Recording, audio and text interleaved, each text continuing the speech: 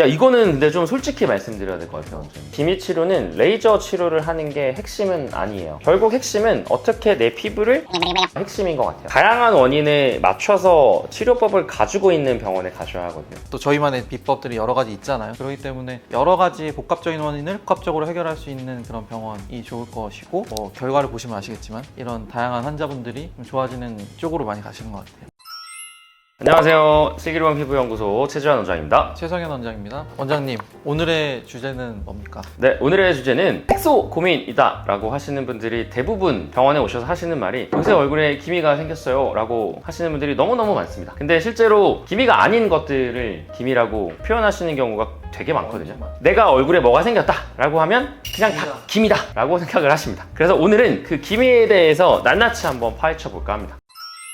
일단 기미냐 혹은 기미가 아닌 다른 색소 질환이냐 이거를 구분하는 게 굉장히 중요한 이유는 기미라는 것들은 완치가 굉장히 어려운 질환이에요. 그 외적인 질환들은 물론 치료가 어렵지만 그래도 치료하는 방향성 자체는 기미에 비해서는 쉽게 해결할 수 있거든요. 근데 기미는 완치의 개념이 아니라 조절하는 개념의 만성 질환이거든요. 그러다 보니 이 기미냐 아니냐는 굉장히 중요한 구분이 필요한 거죠. 기미를 잘못 구별하고 치료받다가 더 문제가 생기는 경우가 있나요? 굉장히 많을 수 있어요. 그리고 실제로 우리가 기미 연고라고 약국에서 쉽게 구할 수 있는 그것도 실제로 기미 환자한테 발랐을 때 오히려 기미가 악화되는 경우들도 있거든요. 기미인지 아닌지를 구분하는 중요한 이유가 뭐냐면 기미라는 거는 사실 원장님 말씀해 주셨던 것처럼 완치의 개념보다는 완화, 조절의 개념으로 우리가 보통 접근을 하잖아요. 근데 기미라는 거는 여러 발생 원인들이 있어요. 제가 항상 어떻게 설명을 드리냐면 정말 여드름 같은 치료는 오히려 좀 쉽다라고 말씀을 드려요. 왜냐면 병인이 명확하거든요. 그래서 그 병인의 하나하나를 끊어주면 치료가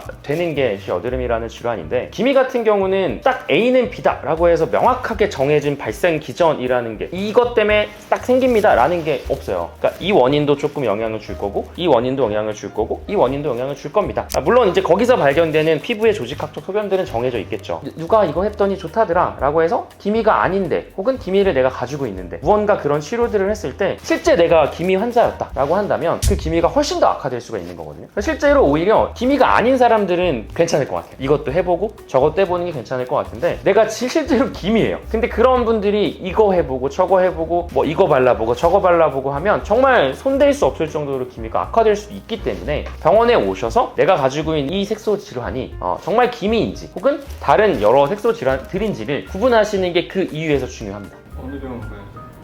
응? 우리 병원 오셔야지.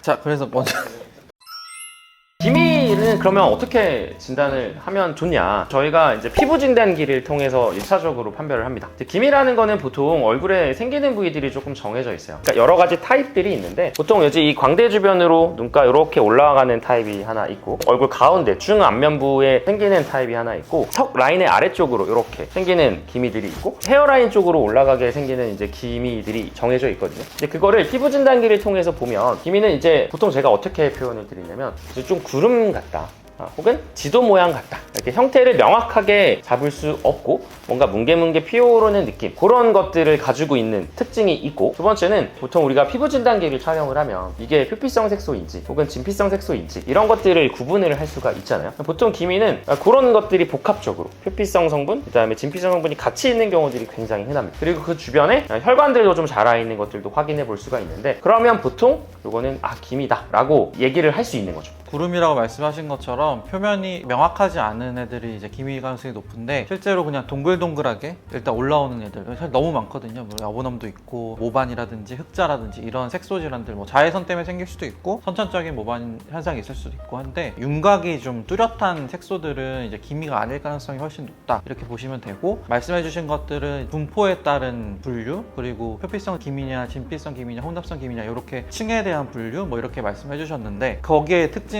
대칭적으로 나타나는 게 이제 특징이거든요. 그래서 어느 한쪽 부위에 비대칭적인 색소를 보인다 이럴 때는 이제 기미 가능성은 좀 더 적다 이렇게 보시면 좋을 것 같아요.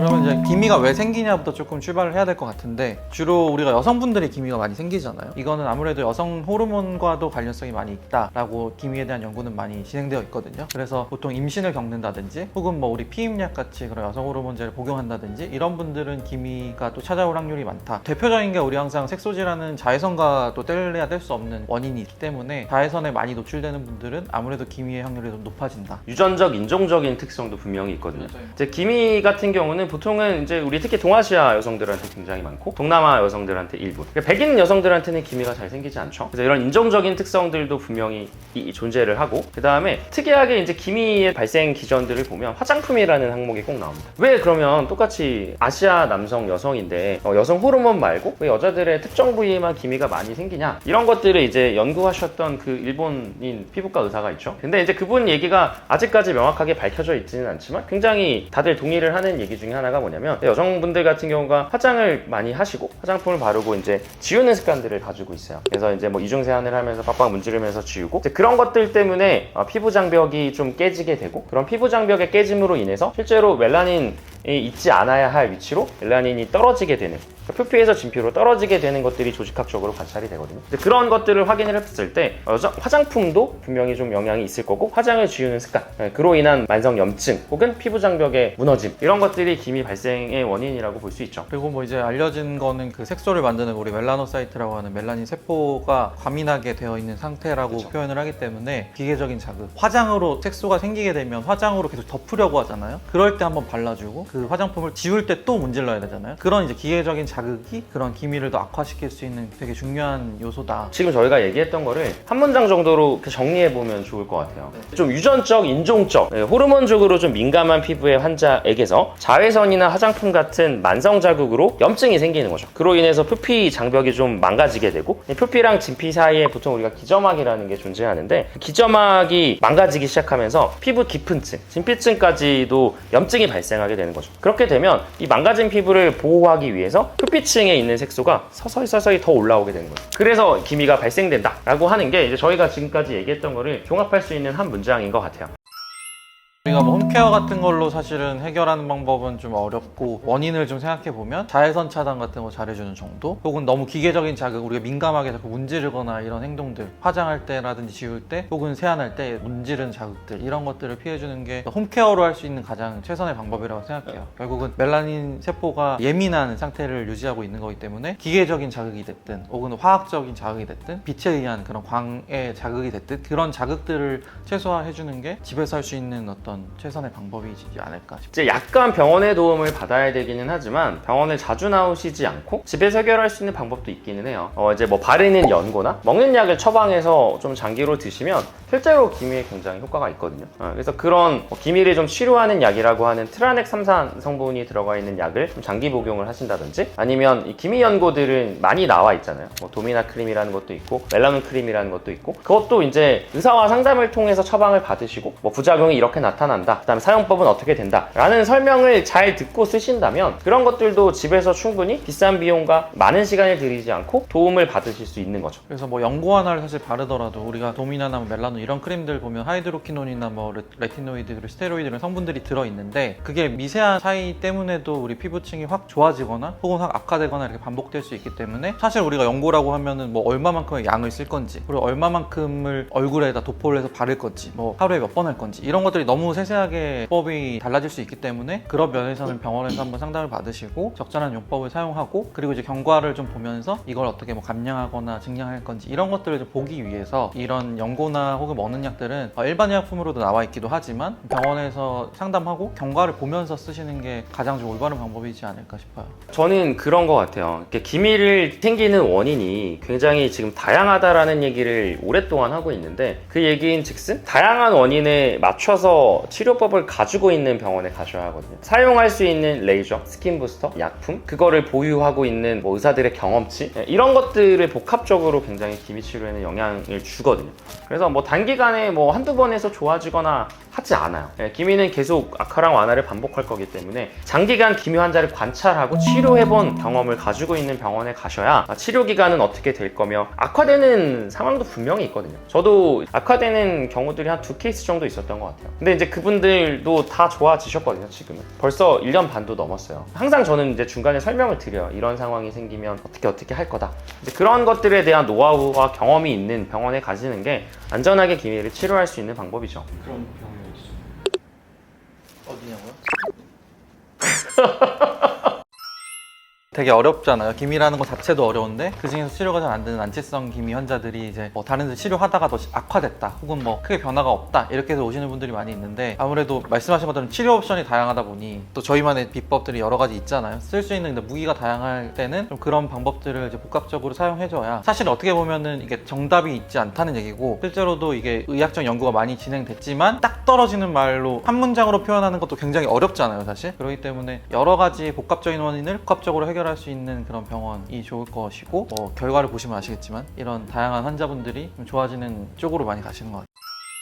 근데 이제 이 얘기가 결국은 기미를 어떻게 치료할 것인가 랑 연결이 되는 것 같아요. 기미의 치료는 첫 번째는 굉장히 복합적인 방식으로 이루어져야 하고 그 다음에 반드시 기미 치료는 레이저 치료를 하는 게 핵심은 아니에요. 레이저 치료도 분명히 필요해요. 레이저를 당연히 쓰지만 결국 핵심은 어떻게 내 피부를 재생시킬 건가가 핵심인 것 같아요. 아까 저희가 기미의 발생 원인에 대해서 말씀드렸을 때 피부 장벽의 무너짐, 기저막의 깨짐, 진피와 표피에 생기는 염증 반응 이런 것들이 복합적으로 사실 작용을 하고 실제로 보면 아까 자외선 노출에 대한 얘기를 하셨는데 기미가 많이 있는 그 부분을 이제 자세히 들여다보면 노화된 섬유아세포 그러니까 피부의 노화도 발견이 되거든요. 피부를 어떻게 소생시킬 건가 다시 재생시킬 건가가 사실은 기미 치료의 핵심이라고 저는 봅니다. 그래서 제가 항상 환자분들한테 어떻게 말씀드리냐면 얘는 아기 다루듯이 치료를 할 거예요 라고 얘기를 합니다. 우리가 아기 다룰 때 막 좋은 것도 많이 먹여주고 튼튼하게 잘 자라라 이렇게 해주잖아요. 기미도 똑같아요. 레이저 치료를 아기 다루듯이 살살살 하는 것도 하고 동시에 얘가 잘 자랄 수 있도록 우리 피부 토양을 좀 다져준다고 보통 표현을 하는데 거기에 도움이 될 수 있는 성분들을 뭐 침투시키는 스킨부스터 시술을 한다든지 아니면 혈관으로 어떤 특정 성분들을 침투시키는 시술을 한다든지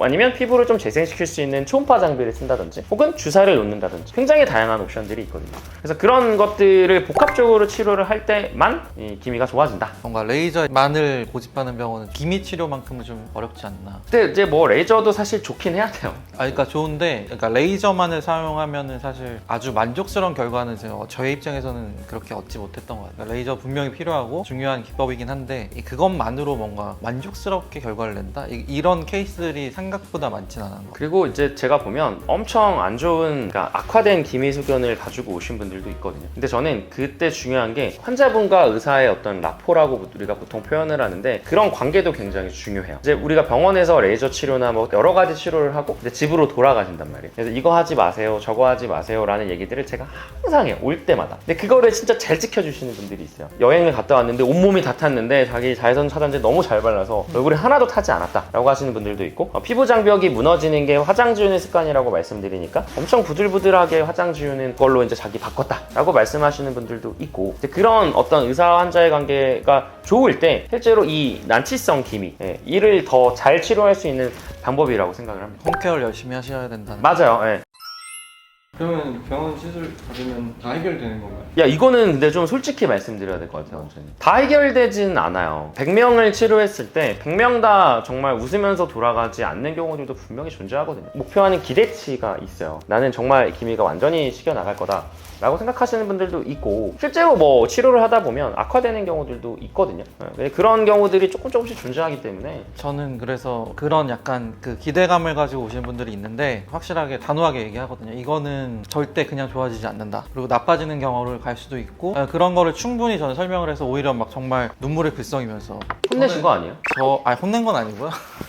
눈물을 글썽이면서 그럼 이거 치료를 해야 되냐 말아야 되냐 그런 마음으로는 하시면 안 된다 이렇게까지 표현하기도 하거든요. 그만큼 그 정도로 기대치를 낮추고 시작을 하는 편이에요. 지금 굉장히 웃으면서 잘 다니고 계십니다. 이제 뭐 기대치를 낮춘다라는 표현이 어떻게 보면은 저 병원 잘 못해서 그런 거 아닌가? 라는 얘기로 들릴 수도 있는데 풀어서 설명을 드리면 이제 그런 거 같아요. 치료의 경과를 디테일하게 설명을 드리는 거죠. 처음에 표피성 색소들을 조금 걷어내거든요. 보통 복합되어 있으니까. 그러면 환자분들은 되게 깨끗해졌다고 느끼세요. 근데 이제 여러 여러 치료들을 하다 보면 바탕이 자꾸 밝아지는 느낌이 있을 거고, 그것 때문에 피부 톤에 의해서 가려져서 안 보이는 옅은 기미들이 보이는 경우들도 있거든요. 중반 이후로는 좀 걱정이 되실 거고 좀 진해 보이는 느낌도 있을 거고, 실제로 기미가 진해질 수도 있고, 거기에 맞춰서 이제 저희가 이런 치료 방법과 이런 치료 방법을 통하고 치료 기간은 또 어떻게 늘릴 거며, 그런 것들을 다 개인화되게 이제 맞춤형으로 보통 해드리다 보니까 이런 변화들이 있을 거니까 마음의 준비를 하세요를 계속 설명드리면 중간에 어떤 상황이 생겨도 사실 믿고 따라와 주시거든요. 이제 그런 것들을 보통 저희가 잘 하죠. 그래서 오늘은 기미의 기전, 기미가 생기는 원인, 그리고 그에 따른 우리 해결책, 홈케어 방법 같은 거 알아봤는데요. 네. 중요한 거는 내가 가지고 있는 게 기미인지 아닌지를 구분하는 게 제일 중요하고, 기미라는 거는 치료를 시작하면 어쨌든 이 플럭츄에이션이 있다는 거죠. 악화랑 완화를 반복할 거고, 다양한 치료 옵션을 가지고 치료할 때 좋은 결과를 얻을 수 있다. 그렇게 이해하시면 될 것 같은데요. 기미를 잘 아는 병원에서 치료하셔라. 네. 어디? 자꾸 그거 왜 물어보세요? 주변에 있는 좋은 병원에 가시면 됩니다. 보여드려. 자, 지금까지 슬기로운 피부 연구소였습니다. 감사합니다. 감사합니다.